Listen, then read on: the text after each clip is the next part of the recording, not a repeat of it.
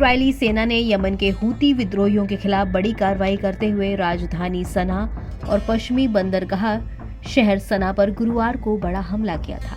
Israeli वायुसेना ने सना airport पर भी जबरदस्त बमबारी की थी, जिसमें 3 लोगों की मौत हुई जबकि 30 लोग घायल हुए थे। सना एयरपोर्ट पर हुए इस हमले में विश्व स्वास्थ्य संगठन के चीफ त्रेदोस एधोनम बाल बचे हैं। जनरल टेड्रोस ने कहा कि वो संयुक्त राष्ट्र की टीम प्लेन पर सवार होने के लिए एयरपोर्ट पर मौजूद थी जब इजरायल ने बमबारी शुरू कर दी।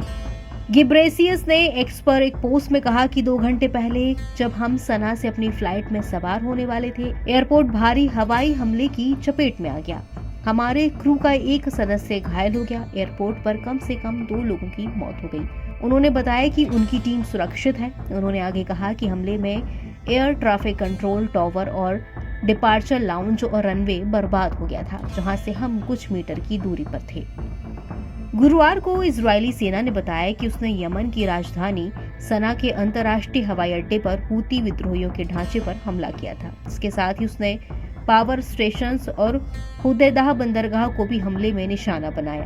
इजरायल का आरोप है कि बंदरगाह का इस्तेमाल ईरान से हथियार की सप्लाई के लिए किया जाता है।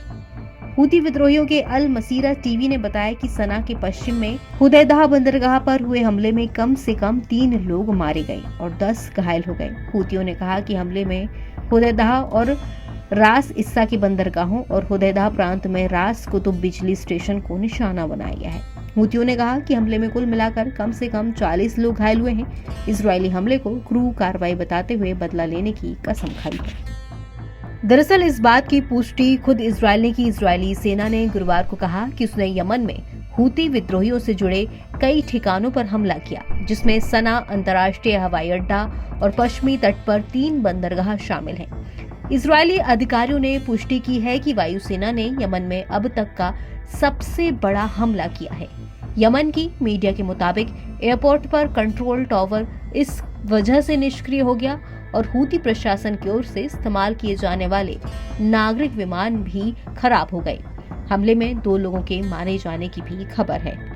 एनबीटी ऑनलाइन की रिपोर्ट।